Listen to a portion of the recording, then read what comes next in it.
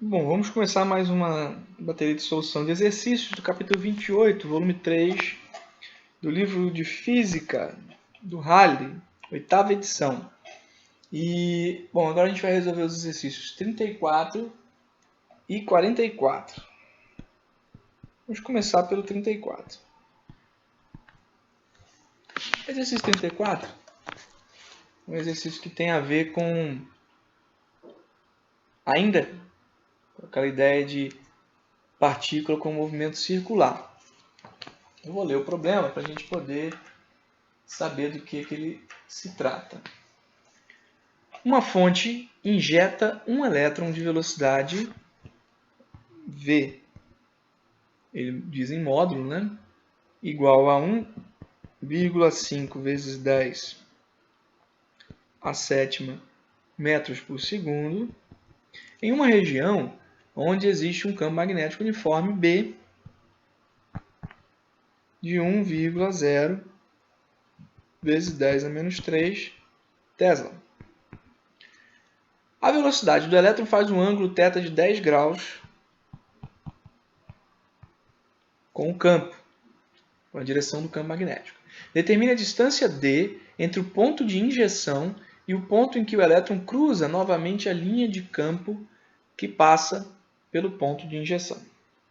Bom, vamos tentar ilustrar o que está acontecendo. Primeira coisa é que a velocidade e o campo formam um ângulo de 10 θ, né? Um ângulo θ de 10 graus. Isso é interessante porque a velocidade ela tem uma componente que é perpendicular ao campo. E tem uma componente que está na direção do campo. Essa componente que está na direção do campo não interage com o campo a fim de gerar força magnética. Somente a componente que é perpendicular ao campo, não aqui é paralela, é capaz de interagir a fim de gerar uma força magnética. Bom, então isso tem uma implicação. Enquanto a velocidade que é perpendicular ao campo tem o papel de gerar um movimento circular com uma frequência que não depende da velocidade, que é E vezes o campo, E carga elementar, 2π ME.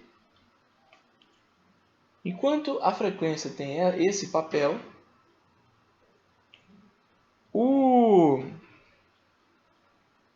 a componente paralela ao campo simplesmente constrói um movimento de translação para essa órbita circular.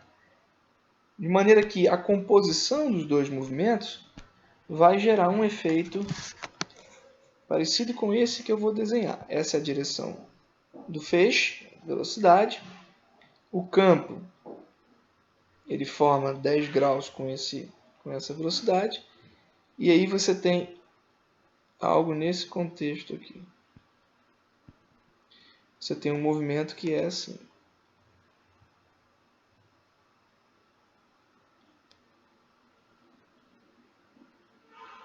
Circular.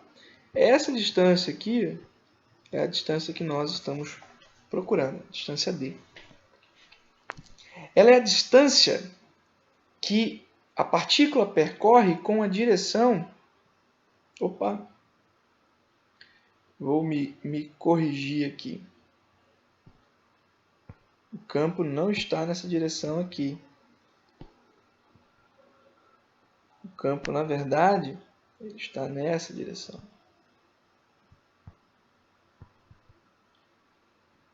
O campo está na mesma direção da velocidade paralela ao feixe, da componente paralela da velocidade. O feixe está em outra direção. E aí, voltando. Então, voltando. Essa distância d é a distância que a partícula percorre com a velocidade paralela ao campo. Essa velocidade paralela ao campo, a gente pode obter ela simplesmente projetando o vetor velocidade sobre a direção do campo, utilizando o θ. E o tempo que a partícula gasta para percorrer essa distância d é justamente o período do movimento, que é o inverso da frequência.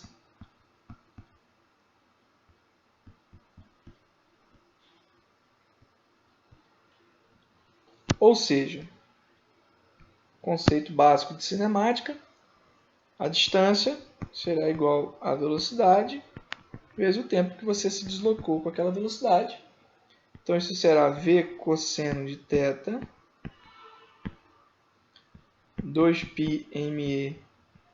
Esse e aqui, vou fazer ele um pouquinho menor, só para a gente lembrar que é o índice da massa do elétron, só para diferenciar. Agora sim, o E de carga elementar vezes o campo. E aí, substituindo tudo, a velocidade que a gente obteve é 1,5 vezes 10 a sétima metros por segundo. Cosseno de 10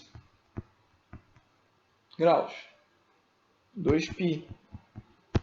A massa do elétron, 9,1 vezes 10 a menos 31. Dividindo isso tudo pela carga do elétron e pelo campo aplicado, que foi de 1 vezes 10 a menos 3 tesa, o resultado vai ser que essa distância é de justamente 0,53 metros. Então, o ponto-chave aqui é a gente lembrar que, enquanto a componente perpendicular ao campo ela fica criando um movimento circular, a componente que é paralela ao campo provoca o deslocamento.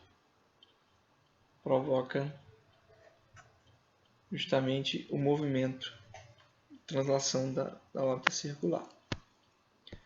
Bom, agora vamos para o 44.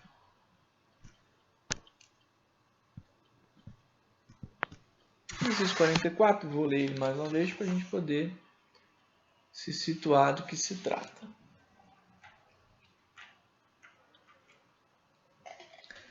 Ele diz o seguinte, ó. Na figura 2846, um fio metálico de massa 2,41 miligrama pode se deslizar com um atrito insignificante entre dois trilhos paralelos horizontais, separados por uma distância d de 2,56 centímetros.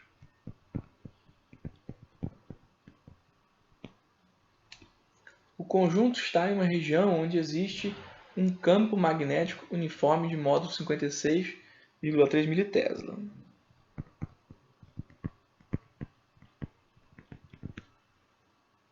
No instante t igual a zero, um gerador G é ligado aos trilhos e produz uma corrente I. Então aqui estão os trilhos, aqui está a conexão entre os trilhos, que pode se deslocar livremente.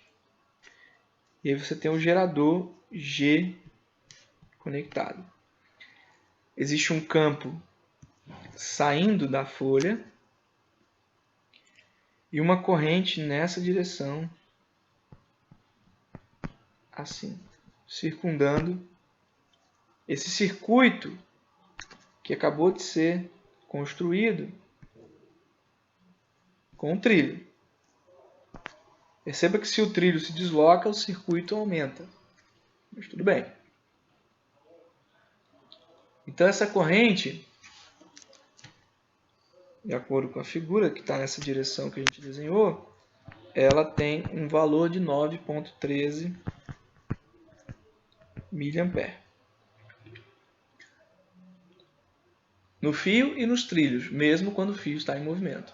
No instante t igual a 61 milissegundos, quando t 61,1 milissegundos, ele quer que nós informemos, letra A, velocidade escalar do fio, e letra B,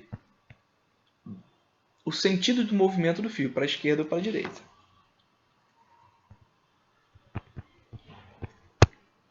Vamos lá, vamos começar.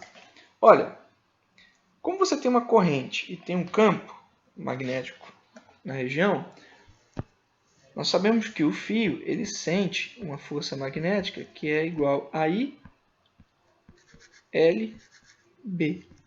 Onde o L é o vetor que engloba o tamanho do fio e a direção na qual a corrente flui. Então, nesse caso, o nosso L está assim, enquanto que o B está saindo da lousa. Quando eu fizer o produto de LB, pela regra da mão direita, eu vou ter uma força nessa direção aqui, atuando sobre o fio. LB dá uma força nessa direção. Então, eu vou adquirir, na verdade o fio vai adquirir velocidade em função da aceleração que está na direção da força. Então, para resolver a letra A, nós teríamos a seguinte situação. Essa velocidade seria igual a A vezes T. E de acordo com a segunda lei de Newton, como só tem a força magnética, essa aceleração seria a força magnética dividido pela massa do fio vezes T. Isso tudo seria I, a força magnética, o módulo dela, I, tamanho do fio, D, B, na direção, se a gente puder simplesmente conotar as direções aqui, eu posso usar aqui X,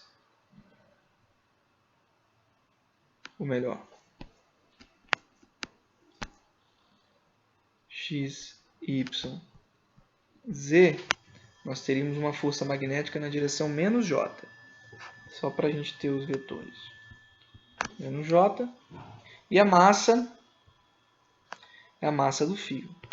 E o tempo. Então, substituindo tudo, a nossa velocidade seria uma velocidade escrita vetorialmente como sendo o I, que é 9,13 vezes 10 a menos 3 ampere. O D, que é 2,56 vezes 10 a menos 2 metros. O B, 5,63 vezes 10 a menos 2 Tesla. O T, que é 0,0611 segundos, dividido pela massa, que é 2,41 vezes 10 a menos 5 kg. Tudo no sistema internacional, menos J da parte vetorial aqui do lado de fora. Então, fazendo essa continha, vai dar 3,34 vezes 10 a menos 2 metros por segundo, em direção menos J. Esse aqui é o módulo, e de cara nós já temos uma resposta da letra B, né? Então, fizemos a letra A e a letra B ao mesmo tempo. Letra A, ele quer só o módulo, que é 3,34 vezes 10 menos 12, e a letra B, que ele pede a direção, o sentido, né, da esquerda para a direita. Então, no nosso referencial, menos J é justamente esquerda, a esquerda do gerador. Então, a partícula tem movimento à esquerda do gerador, o sentido de movimento dela.